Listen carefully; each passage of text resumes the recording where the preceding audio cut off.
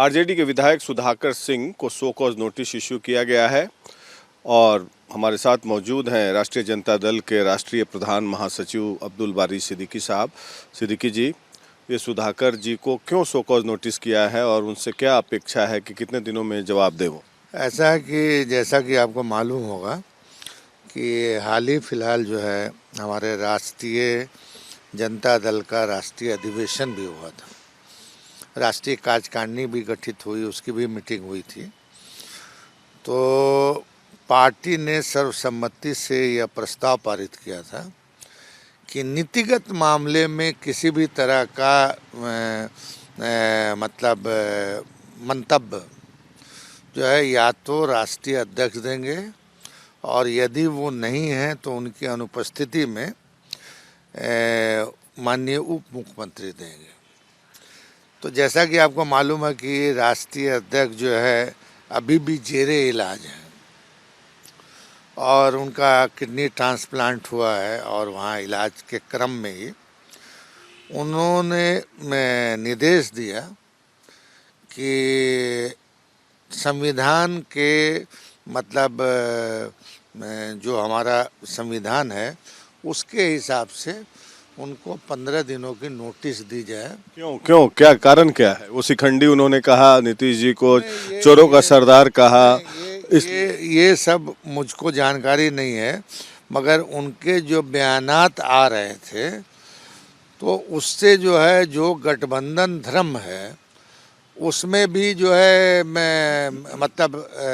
दरारें बन रही थी। तो वैसी स्थिति में जो है उन पे कार्रवाई करने का संविधान सम्मत होना चाहिए कार्रवाई। तो मेरे दस्तखत से निर्देशानुसार राष्ट्रीय अध्यक्ष के उनको 15 दिन की नोटिस दी गई है कि साहब आप अपना सफाई पेश कीजिए। और अगर नहीं देते हैं तो अब उसके लिए आगे संविधान में तय है। दूसरी बात कि सुरेंद्र यादव जो आपके आरजेडी कोटे से मंत्री हैं बिहार सरकार में, उन्होंने एक बयान दिया है कि जब जब चुनाव आता है बीजेपी सेना पर अटैक करती है और आगे आने वाले चुनाव पे बीजेपी जो है किसी कंट्री पे भी अटैक कर सकती है। तो क्या आपको लगता है कि इंटरनल सिक्योरिटी के मैटर को, क्रॉस बॉर्डर टेररिज्म के मुद्दे को दलगत आधार पर जोड़ के देखा जा रहा है? ये बयान आपको कितना सही लग रहा है? ऐसा है कि ये तो इस बयान के बारे में आपसे अभी हम सुन रहे हैं। मैंने न सुना है न देखा है और मुझसे कोई संबंधित भी नहीं है।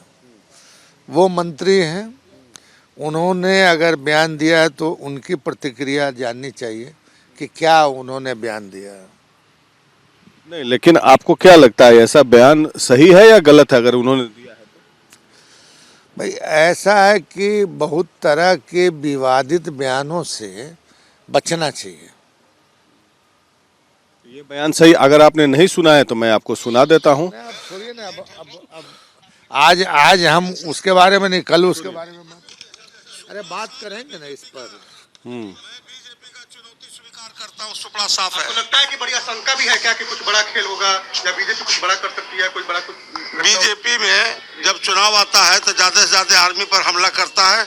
इस बार लगता है कि किसी कंट्री पर हमला करेगा। समीक्षा बैठक में ये देखिए, ये आपने बयान सुन लिया। अब इस बयान को आप किस रूप में ले रहे हैं? पार्टी का इस तरह के बयानों से कोई लेना देना नहीं है। आपको लगता है कि इस तरह के बयान से इनको बचना चाहिए? निश्चित रूप से बीजेपी को कोई ऐसा मुद्दा नहीं देना चाहिए कि इसी का ढोल पीटते रहे वो। क्या आपको लगता है कि कोई भी दल आंतरिक सुरक्षा के मसले को कॉम्प्रोमाइज कर सेना पर हमला कराएगा अपने राजनीतिक फायदे के लिए? भाई अब इस पर हम नहीं जानते हैं पूरी बात, तो इस पर हम क्या प्रतिक्रिया दें। हम आपने बताया, हम इसकी स्थिति से अवगत होते हैं, तो फिर कल पूछिएगा, हम बताएंगे। रामचरितमानस मुद्दा जो है अभी भी थमने का नाम नहीं ले रहा है। रामचरितमानस पे आप जानबूझ के मुझसे क्यों पूछ रहे हैं? हम यही जानते हैं कि जो हमारा भारत का संविधान है ये सेकुलर है और हर एक को दूसरे के धर्म के प्रति आदर भाव रखना चाहिए।